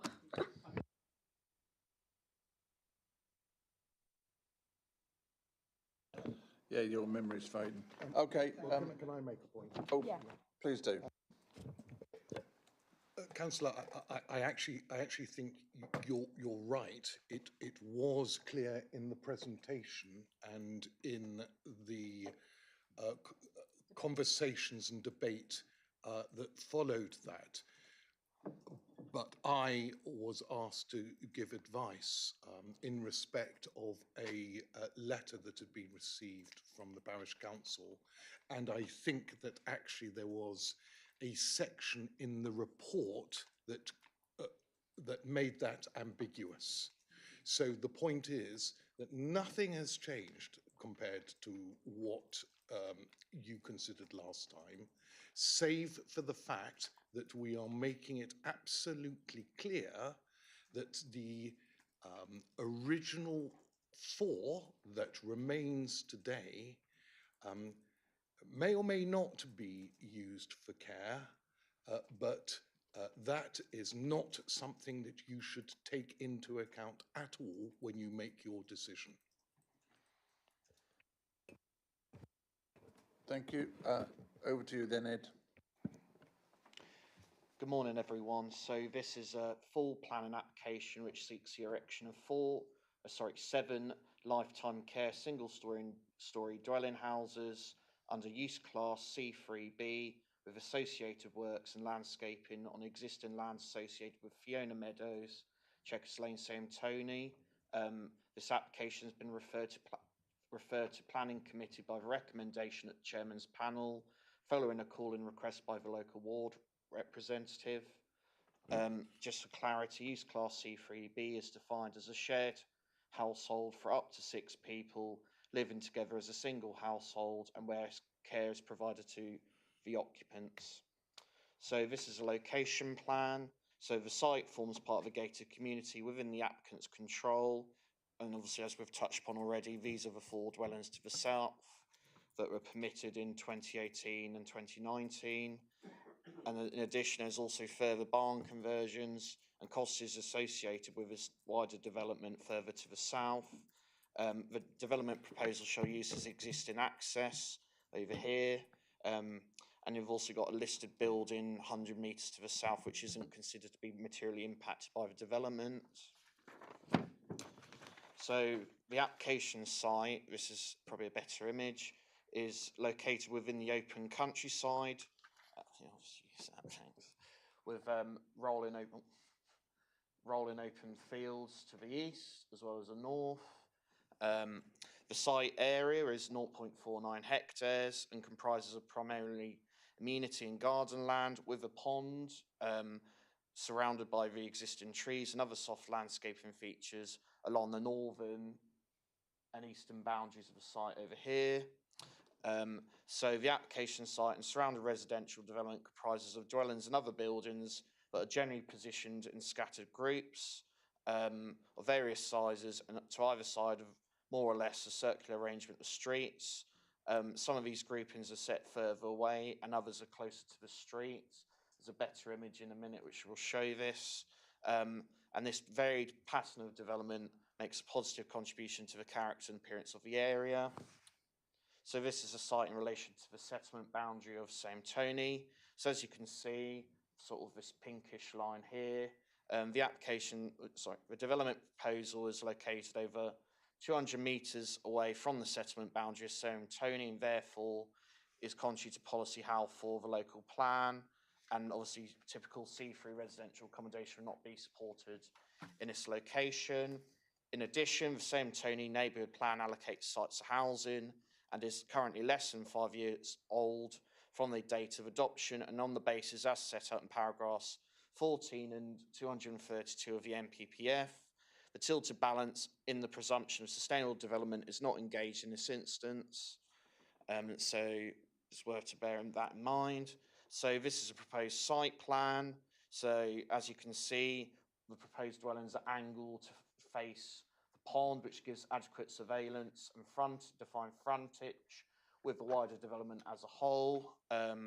There's also considered to be adequate separation distance between the dwellings and the nearby trees, which should in turn avoid any adverse impacts of overbearing or overshadowing from these landscaping features along the boundaries. The internal layout of the dwellings, which we'll show more clearly in the floor plans later on, is also considered to support the function of the lifetime care dwellings. Additional planting and surfacing will also be erected around the site, which is secured by conditions. But overall, given that we consider that plot sizing to also be acceptable in keeping with the surrounding development, which provides a sufficient private amenity space for the future occupants, we consider that the overall layout is acceptable in design terms as well as amenity terms, having regard to policies Gen 02, COM01 and COM03 of the Breckland local plan, as well as the Breckland design guide. So this is an additional slide which has been additional image that's since been provided by the applicant. So further on from my original comments about the clusters of dwellings and development, it's important to note that there is built development within the surrounding area of the site with new builds to the south as well as obviously you've got Fiona's Meadow here, as well as further dwellings sort of located on this side of the road, western side, as well as a kennels facility and industrial site over here to the northwest. So there is, whilst it is located outside a defined settlement boundary, there is surrounding built development within the immediate vicinity of the site. So these are the elevations of the plots 1 and 2. So as you can see, these are very consistent with the overall design approach of the existing development as well, which we'll show in a minute with all the photos. In terms of its fenestration and external materials selected for the development. So this is sort of the internal floor plan. So this house type has 2 bedrooms as well as a carer's room over here. And then plot 3, again, you see this sort of consistent approach of these front and rear end of gables with sort of timber cladding and red brick on the walls, as well as pantiles for a roof. And this is the internal, this is a floor plan for plot 3, which is a larger dwelling, which has up to 4 bedrooms, as well as an additional carer's room over here. So this is plots 4 and 5, which is a pair of semi-detached dwellings. But again, when you read it as a built form, it is again consistent with that overall sort of H-shape type bungalow with these, again, front and rear projecting gables. And for this house type, you've got 2 bedrooms. One of them is a residence bedroom as well as an additional one for the carers. And then finally, you've got plots 6 and 7, which is another pair of semi-detached dwellings with internal garages. And again, this is it's got 2 bedrooms over here, and then you've got a carer's room located here. So it's a 3-bedroom dwelling. So this is a more detailed plan of the sort of internal floors. So additional information. So these detailed floor plans have been provided by the architect, and these provide a detailed commentary as to how the proposed internal layout for each of the dwellings meets the needs of the future occupiers and the existing care model, whereby residents can live independently whilst also receiving personalised care within their own homes. So the ground floor and living arrangements and accessible wet rooms allow for residents to maintain independence whilst enabling carers to assist safely, and the open plan layout supports the unobtrusive supervision during scheduled visits without creating an institutional care facility feel. And therefore, we consider that this is an acceptable means of internal layout to enable the effective care proposed to be delivered as part of the development. So this is sort of this site photo. So this is taken of the access, and you've got the pond over here to the north. And this is another photo of that access again, but this is slightly closer to the pond. So this is taken from the sort of edge of the pond looking eastwards towards the eastern boundary of the site. You can see again it's sort of like a grassland meadow area with the distinct mature tree lines along the sort of eastern boundary there. And this is taken from that eastern boundary looking southwestwards, and you can see here the existing bungalows that were permitted in 2018, 2019. There's another photo of this boundary. Again, it's taken of the pond. And you can see here quite clearly that the development that's come forward as the proposed 7 is very similar in terms of its built form and fenestration to these existing 4 dwellings, and again is considered to represent a continuation in design terms of said development. And again, this is taken of the access. You can see sort of the permeable surfacing that's there existing. And this is sort of the access point over here. So you can see here, it's like an existing gate and then wall in either side. And this is taken from the point of access. So in terms of the highways comments, they stated that while suitable visibility and access construction can be attained to meet highway specification, therefore it's important to note that the application cannot be refused on highway safety grounds, which is as stated in paragraph 116 of the NPPF. However, the Highways Authority do state that given the nature of Chequers Lane, together with the surrounding adopted highways network, there is a lack of satisfactory pedestrian refuge between the site and the local facilities. Therefore, the residents of the development would have a high reliance on the travelling by car. So obviously this is contrary to policy 5 of North Oxford transport local plan, as well as the aims of the NPPF as a whole. However, it is accepted that many of the future residents might be heavily reliant on the car. This is considered to be outweighed by the care that they would be able to receive given the location of development as a whole. Obviously, a lot of people are highly dependent on those of those carers to be able to deliver them to the local services given the nature of the care. And obviously, in light of the highways comments, where they do not consider the proposals to be to the detriment of highway safety, we consider that the scheme does accord a policy TR02 of the Breckland local plan in this regard. And this is just another photo of a visibility display looking southwards. So as touched upon previously, there's identified policy conflict with HAL 04 of the Breckland local plan, and the tilted balance is not engaged in this regard, as obviously Saint Antonio has an up-to-date local plan that's less than 5 years old, and also allocates the sites in the parish. However, as the development proposal is for specialist housing, regard is also given to policy HAL 09 of the Breckland local plan. Obviously, there is conflict with this policy in the sense that these development proposals not located within a higher order settlement, which is defined as either a key market town or local service centre, which Saint Antonio is not. And there is obviously a heavy reliance on the private vehicle to access these local services. So previously, as Rebecca has discussed in more detail, the council gave weight to the proposal, providing a sensitive extension to an already established care facility. And obviously we have to give no material weight to that on the basis of what these 4 dwellings here are permitted as general C3 use. So we have to obviously give regard to that. But it's also important to note that the 7 dwellings up here can be conditioned for specific care use under planning use class C3B, and which obviously restricts that use of the dwellings to be specifically for the care facility, being for care use rather than market dwellings. So obviously we have to consider development as a whole, and obviously there are other relevant material planning considerations which we have to consider in the overall planning balance. One of these being the significant shortage of assisted living units within the district, with an identified shortfall of 504 extra care living assisted units in Breckland, as I outlined in a study in 2022. And this shortfall was considered to be highly substantial.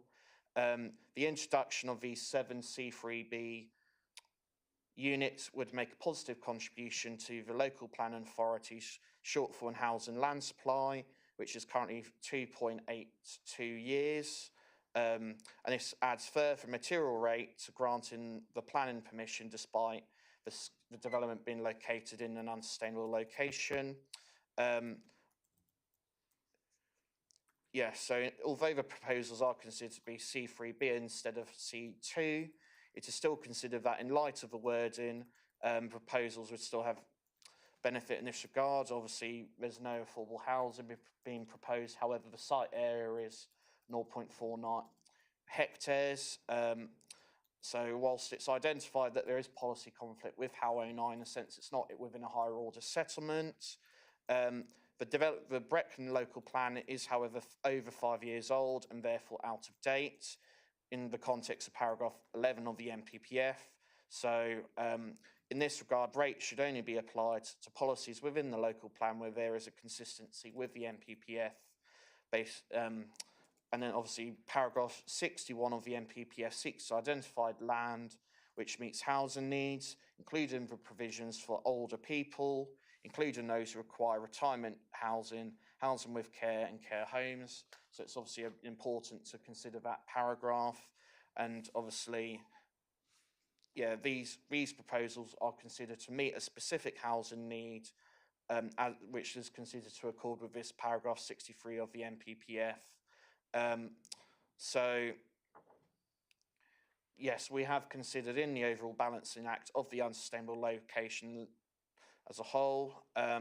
However, these proposals are designed to be in character with the existing 4 dwellings that are adjacent to development, and obviously we need to give significant weight to the overall planning gain of this development, which is providing for care dwellings with a registered provider to meet that shortfall of care dwellings within the district. And these considerations, in addition to contributing to the lack of a 5-year housing land supply, are considered to outweigh the harm identified by the policy conflict with policies Gen 01, Gen 03, Gen 05, Health 04 and HAL 09 of the Breckland local plan, and therefore we consider that the principal development is acceptable. So in order to ensure that the development is directly controlled for care dwellings only and not general market dwellings, which is overarching C3, it's proposed to condition the use specifically to C3B, as well as remove permitted development rights for any enlargement, improvement, or alteration to the dwellings themselves, which ensures that the local planning authority has the necessary control over future development to ensure the units are secured as part of the ongoing care facility and to not enable any future market dwellings for the site. And finally, in terms of other constraints, parts of the access, as we touched upon earlier, are located within a high surface water flood risk, with the remainder of the site, and specifically the dwellings themselves, being located at very low risk or low risk. A flood risk assessment was carried out as part of the application and identifies this through the modelling. Obviously, it's also important to note that the access is existing and it's not proposed to be altered in terms of its surfacing as part of a development proposal, other than the access point directly over here onto Checkers Lane, which itself is in a very low risk of surface water flooding.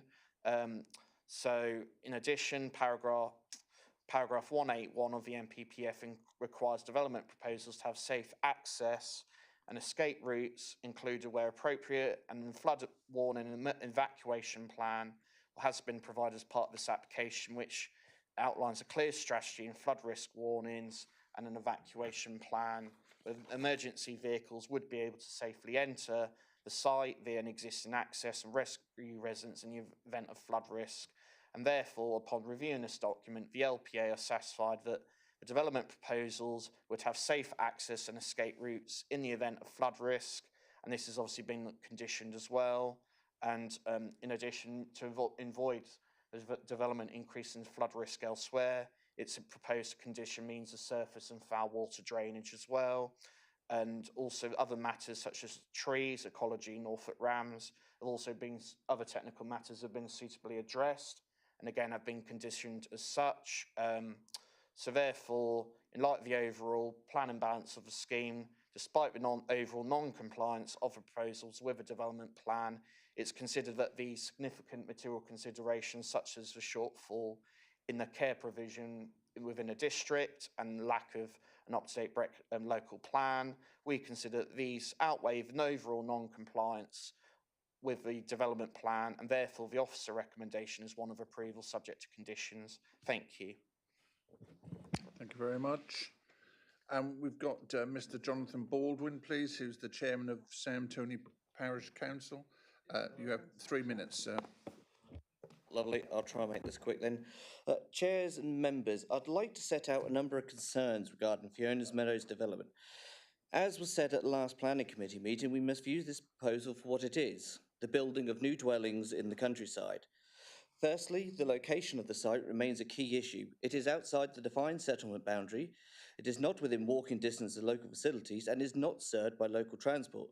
Within the emerging local plan, policy HAL 9, Housing for Elderly and Specialist Care, make it clear that such development should be located where they are well served by public transport or within close proximity to community facilities. Whilst there is an acknowledged need for specialist and assisting housing, policy is clear that this must be delivered in a sustainable location. In this case, that requirement is not met. Secondly, while it has been addressed, there are concerns regarding the true nature and delivery of the scheme. The proposal is for Class C3B lifetime care housing, yet the experience of the 4 existing properties nearby suggests a different reality. Only some are being used for care purposes, while others appear to function as standard residential dwellings, including being marketed on the open rental market. This raises a real question as to whether this development will operate as intended.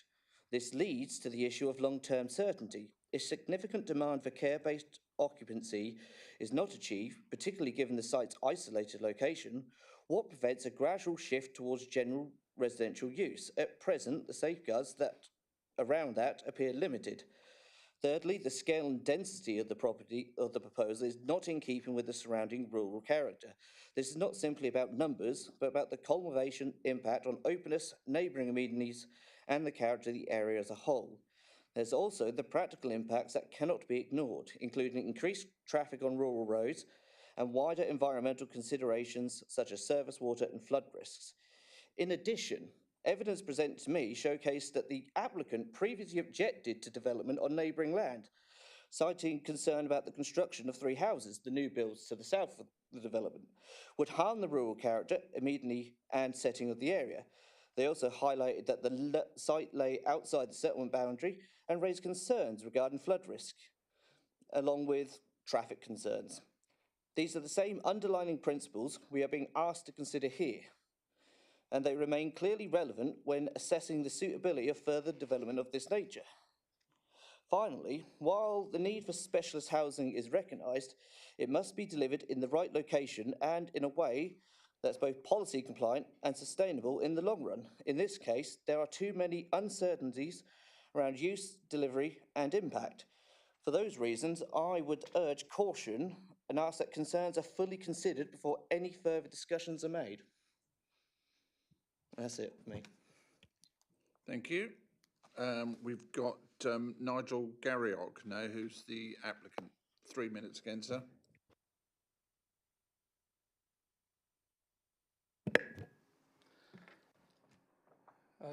Good afternoon, Chair, members of the committee, and thank you again for the opportunity to speak. I'd like to begin by bringing us back to the purpose of this application and the people it's designed to support.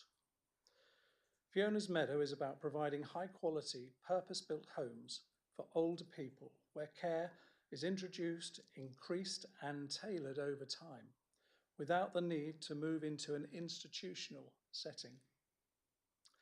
It offers something very simple but very important, a real home with care wrapped around you as and when it is needed. Since the previous committee, a number of questions have been raised by the parish, and I'd like to address those directly and clearly. I have met with the parish on 3 separate occasions at their parish meetings and answered their questions that were raised at the time. The last time I said to them, have you got any questions? While I'm here, I'm happy to ask, and none were put forward. They have since offered other questions. Firstly, who decides who lives in the homes? This will not be decided by me. Residents will be assessed and placed by a regulated care provider, Enable Healthcare, Selena Gomez here, who is registered with the Care Quality Commission and subject to ongoing inspection. This arrangement will be secured by condition through your good selves, the District Council, ensuring that occupancy is limited to those who genuinely require care. So members, please be reassured that this is not open market housing, but housing with care, properly controlled and professionally delivered. Secondly, a question has been raised regarding the inclusion of a 4-bedroom bungalow. This has been carefully considered and reflects the real-world care needs.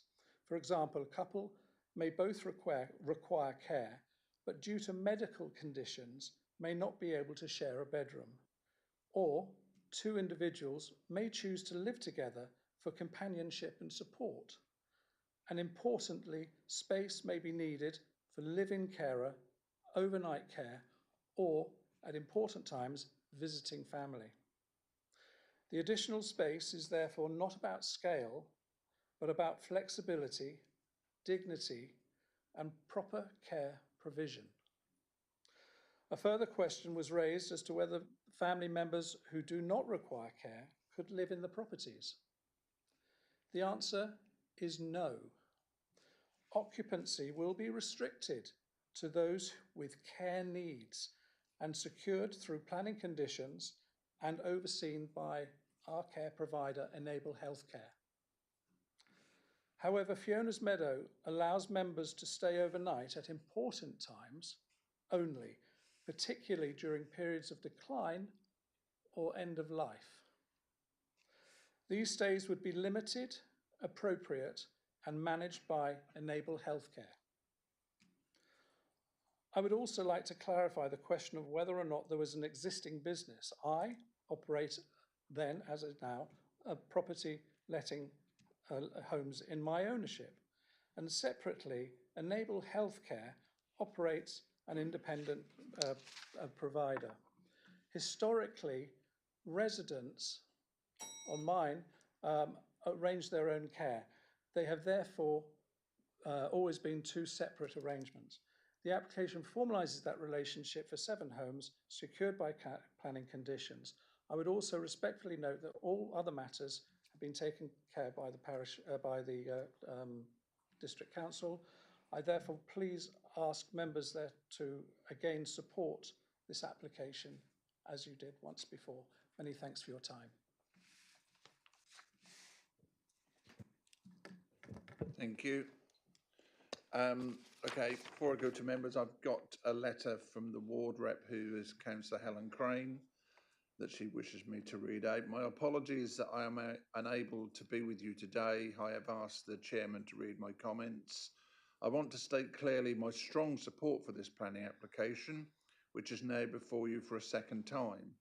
I thank officers for their continued work, and I welcome the fact that their professional recommendation remains one of approval. This is a policy compliant application that has now been recommended for approval twice. It has already undergone detailed and robust scrutiny by this committee, resulting in a unanimous decision in February. This is a significant and important fact.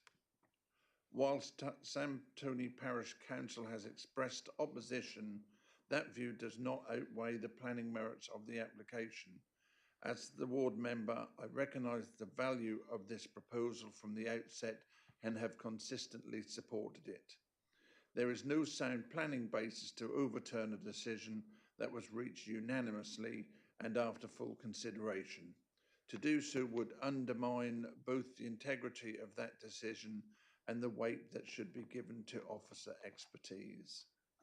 Finally, I want to be absolutely clear the applicant will not be selecting who occupies these properties. That responsibility will sit with the Care Quality Commission registered service provider, ensuring appropriate and professional allocation. I urge the committee to remain consistent, to place proper weight on the planning merits and officer advice, and to approve this application once again. Okay, thank you. It's over to questions from members. I've got Councillor Bambridge.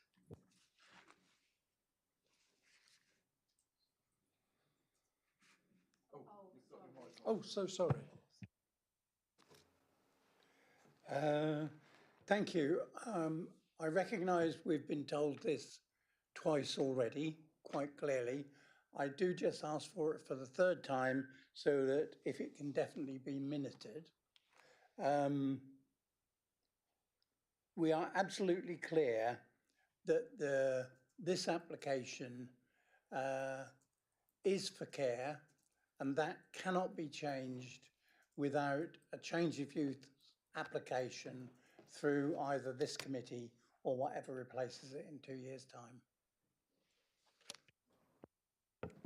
Yeah, I can't promise this committee. But yes, the answer to that question is it is for care. It will be conditioned for care. It is care in the description of development. So in order for it to be another use, they will need a new full planning application because the description of development is for care. And that application will be available for opposition or comment by the parish council. Thank you. Thank you. Councillor Gilbert, please. Thank you, Chairman. Just to clear up, are these properties for rent or for sale first? For rental. Rent. Okay, so my concern was if they were for sale, then people could inherit and live there, but that will not be the case. Thank you. Thank you. Any further questions? No? Okay. He said no, not for sale, because it won't come through the live stream. Oh, I see. So it's confirmed by the applicant that they will not be for sale and they're for rental only. Okay, just so we get it on live stream. Okay, thank you very much. So for this application at Sam Tony, PL 2025-1186, and that's a full application in a minimum format. Your officer's recommendation is one of approval. Could I have a show of hands, please? That's unanimous. Okay, thank you very much. That's approved. Thank you very much. Sorry? Oh, did you? Sorry. Oh, you were just scratching your ear. Okay, and one abstention. Thank you. Okay. Thank you, ladies and gentlemen. You can leave. Thank you. Okay, so item 10 on our agenda for this morning, applications determined by the Director of Planning and Building Control. Those are there for your information. Item 11 is the appeals, a summary again for your information. At that, I close this meeting and I thank you for your attendance. Thank you. And those of you who want lunch, you'll have it when you get home. Not round my house. And with you saying 3 times, Councillor Bambridge, it made me think of the joke where a bloke thought his wife was gone deaf and he stood behind her and shouted, "What's for dinner?"